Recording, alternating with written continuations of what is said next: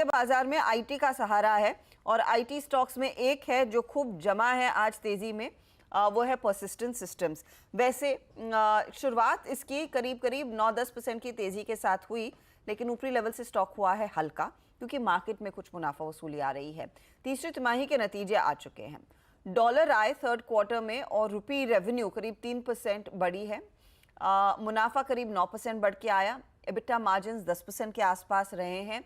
Board ने एक share को 2 में विभाजित करने की भी मंजूरी दे दी है। अब हमारे साथ डिटेल में बातचीत करने के लिए सुनील सप्रे हैं, जो कंपनी के दरअसल है CFO। सप्रे जी, स्वागत है आपका। एक और अच्छा क्वार्टर, मोमेंटम क्लियरली बना हुआ है, कांस्टेंट करेंसी रेवेन्यू ग्रोथ उम्मीद से बेहतर है। क्या मदद कर रहा है आपको इस समय, अगर उसका अंदाजा पहले दे सके? We continue to work on this building the revenue momentum. जैसे आपने देखा होगा लास्ट क्वार्टर में हमने अच्छे डील विंस अनाउंस किए थे।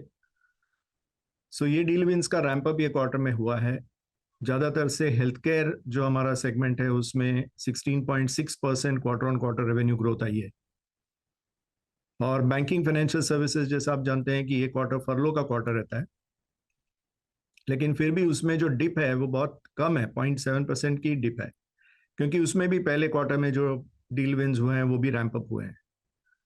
और जो हमारा तीसरा सेगमेंट है हाईटेक, जो सॉफ्टवेयर प्रोडक्ट और सॉफ्टवेयर और हाईटेक हम जो बोलते हैं, उसमें भी स्टेडी है। मतलब it is not something which has been impacted by furlough because of other deal wins. So ये तीनों को लेके total growth of 3% quarter on quarter is what we have clocked this quarter.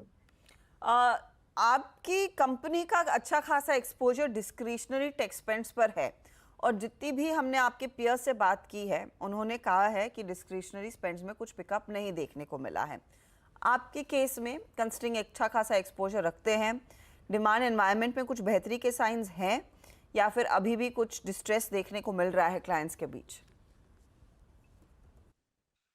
देखिए, लास्ट 3-4 क्वार्टर से जो demand environment है वो काफी अनसर्टन रहा है, और इसके 2-3 कारण हैं उसमें। कि एक तो है कि रिसेशनरी जो हवा है उसके चलते, जियोपॉलिटिकल रीजंस को चलते, clients have been very cautious.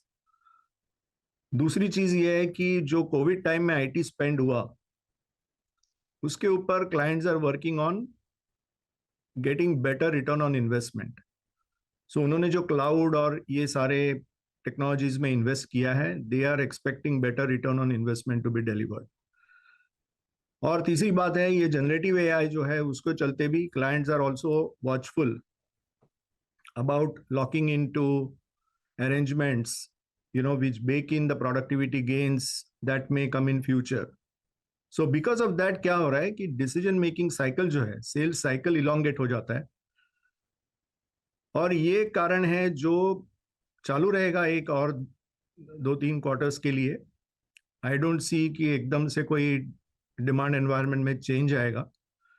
जहां तक डिस्क्रिशनरी स्पेंड की आपने बात की, वो बराबर है। डिस्क्रिशनरी स्पेंड डेफिनेटली क्लाइंट्स बहुत ही कॉशियसली देखते हैं उसको, लेकिन हमारा जो प्ले है over a period of time, ये 2 चीजों में चेंज हुआ है कि हमने long term deals over last several quarters we have signed. So that is one benefit that we are getting, that multi year deals are clocking in revenue on a ongoing basis.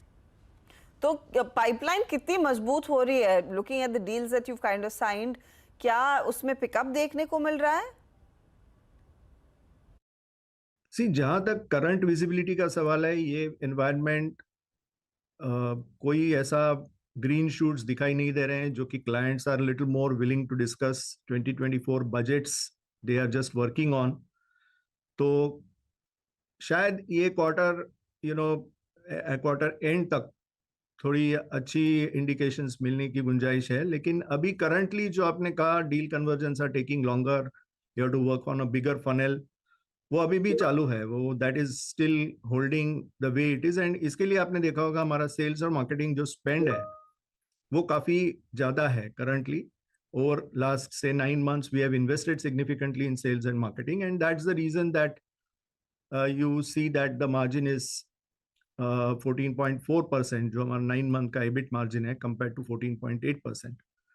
So we are trying to address the market in a manner that where we see the opportunities, we are going aggressively after them, but we have to spend a little more on sales and marketing for realizing the growth, which is the reality of the current market. Okay, so you'll perhaps have to chase more people to get the desired growth and actually get those deals signed.